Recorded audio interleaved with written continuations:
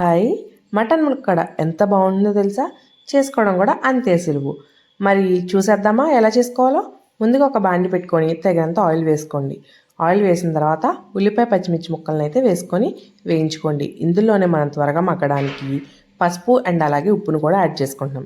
ఇవి బాగా కలుపుకున్న తర్వాత మనం ముందుగా ములక్కాడని కట్ చేసి పక్కన పెట్టుకున్నాం. ఆ ముక్కలను అయితే ఇందులో వేసుకొని ఉల్లిపాయలతో పాటుగా మగ్గించుకోండి.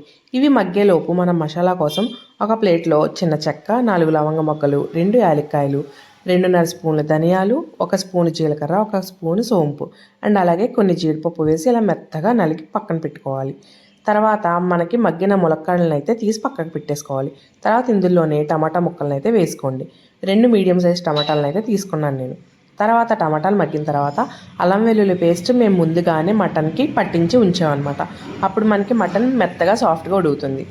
ఇప్పుడు ఈ మటన్ ఇందులో వేసి మగ్గించిన తర్వాత అందులోంచి వాటర్ అంతా ఇంకిపోయిన తర్వాత కొద్దిగా కారం వేసి అందులోనే వాటర్ వేసుకొని విజిల్ పెట్టుకోండి.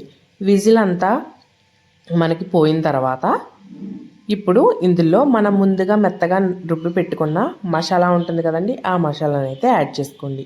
ఈ మసాలా మనకి ఉడుకుతున్నప్పుడు మనం ముందుగా వేయించి పక్కన పెట్టుకున్న ఈ ములక్కాలను కూడా ఇందులో వేసుకోవాలన్నమాట. వేసుకొని నిదానంగా మీడియం ఫ్లేమ్లో ఉడికించుకోండి. ఉడికిన తర్వాత కొత్తిమీర వేసి సర్వ్ చేసుకోండి. మీరు హై ఫ్లేమ్లో పెట్టినట్టయితే ఖచ్చితంగా కింద మాడంటుతుంది. సో మీడియం ఫ్లేమ్లోనే ఉడికించుకోండి. Please do subscribe.